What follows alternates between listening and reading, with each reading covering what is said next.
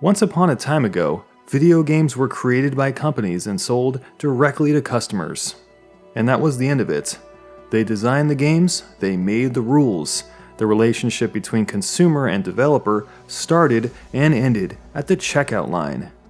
Fast forward now many years, public and private betas have grown in popularity almost to a point where gamers seem to be expecting them, a freebie if you will, to try out the game under the claim that they're bug testing it or helping developers make better games.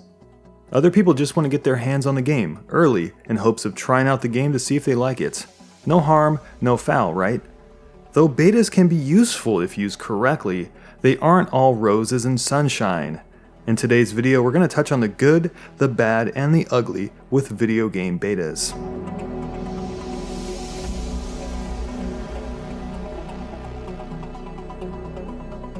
The general idea of betas is twofold: stress test your games to gather technical and player feedback, and more importantly, get players excited enough that they pre-order the game.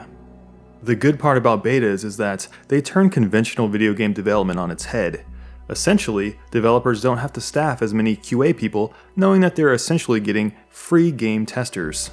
The other great part about betas is that players can grab a bite of gameplay to see if they enjoy it, but also how to gauge the game if it's going to perform well on their system. And not the least of which, get a taste of how the community is, if there's toxicity, hackers, etc. All very good things to know before whipping out that credit card. But there's also some big downsides to betas. The bad with betas is that sometimes the slice of game you get with the beta can often be misleading and fail to represent the rest of the final product. Modern video game betas are powerful marketing tools. Generally speaking, when a company puts out a beta, it's going to be towards the end of the development lifecycle. The game is for the most part finished. The pieces are in place, the content is complete, but the game needs polish, bug reporting, and stress testing. The reason I mention this is because developers curate what is inside of an open or private beta. They have maximum incentive to show the best possible slice of a game, and that can often be far removed from what the rest of the game is actually like. And since we know that the content of a game in a beta should be next to finished, most of the time, betas are usually showing us the best possible slice of content. And why wouldn't they? Developers want you to pre-order games based off your experiences in a beta. Aside from what we might want to tell ourselves, the video game industry is not our friend. It's a business. Bankruptcy is a real thing. Look at all these companies defunct. It's not a joke. So if they want us to pre-order, we usually have one of two options. We can pre-order the game to get access to the beta, or we can pre-order the game if we enjoy the beta we already have access to. And here's where the problem lies. What happens when consumers pre-order games based off betas that give us false representation of the game? This can be in many forms, from how the game's designed, to the performance we should expect, and more. Let's look at The Division, a game that was so hyped that it bordered on lunacy. We got a strong beta with The Division.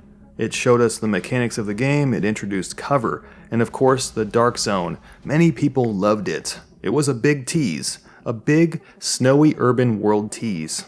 However, it was a loose representation of the rest of the game. We were promised a sprawling game with an immense amount of diversity and an expanded Dark Zone, but it wasn't like that at all for many players. The game launched with what felt like the exact same slice of the game, the expansive and diverse world and the freedom, a complete afterthought. Invisible walls were everywhere, confined acreage for missions, and hackers plaguing the very Dark Zone that was supposed to be the central mechanic to the game. Worst of all, the content itself was thin. The irony being that you couldn't see the reality of what The Division was going to be from its beta, which is the point of a beta. But not surprisingly, this can also be seen in reverse. Do you remember Doom's awful beta? The beta probably turned off many would-be buyers, even though the game turned out to be very awesome. It's easy to forget sometimes that betas have the potential to influence wayward developers into releasing creative control over their vision. When you have a beta, It's like having thousands of people yelling at you all at once. Some of the critique will be good, some will be very bad, but some will be the type that makes you question the design of your game. Betas have a knack for getting developers into a space where they hear so much feedback, so much critique, that it makes them second guess themselves and their vision. Many games, including some early access beta builds, sit in beta for an eternity, endlessly sidetracked into design limbo because developers let consumers derail them. Games like Folktale or H1Z1 wandering aimlessly in the depths of beta hell. The bad part about this is that extending game development life cycles like this can reduce the excitement for games and create what's called burnout. Burnout is a nasty side effect of beta gaming, and we see it all the time. I created this graph to illustrate burnout and how it can reduce the profitability of companies. You've got to ask yourself, do games make more money by raking in their cash during betas at the cost of day one launch hype sale booms? And lastly, having long or extended betas can create environments for developers to become complacent with the financial performance of their games.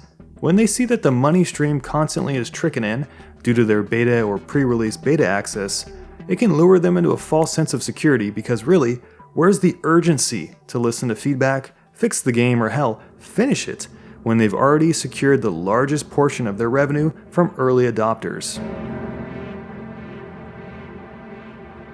Betas are not inherently bad. It's just up to whether the developers do the right thing with the information they get and make sure they don't let the shrill cries of the mob stop them from executing on what they initially had set out to do. And for the rest of us, it's good and bad. We get access to a product ahead of time at the cost of not being representative of the final product. But hey, this is only my opinion. As always, these are survey-style videos that I want us to continue the conversation in the comment section, so let me know what you guys think of betas. Thanks for watching, guys. If you enjoyed the video, by all means hit the thumbs up button and subscribe here for more of our future content, and have yourself a kick-ass day.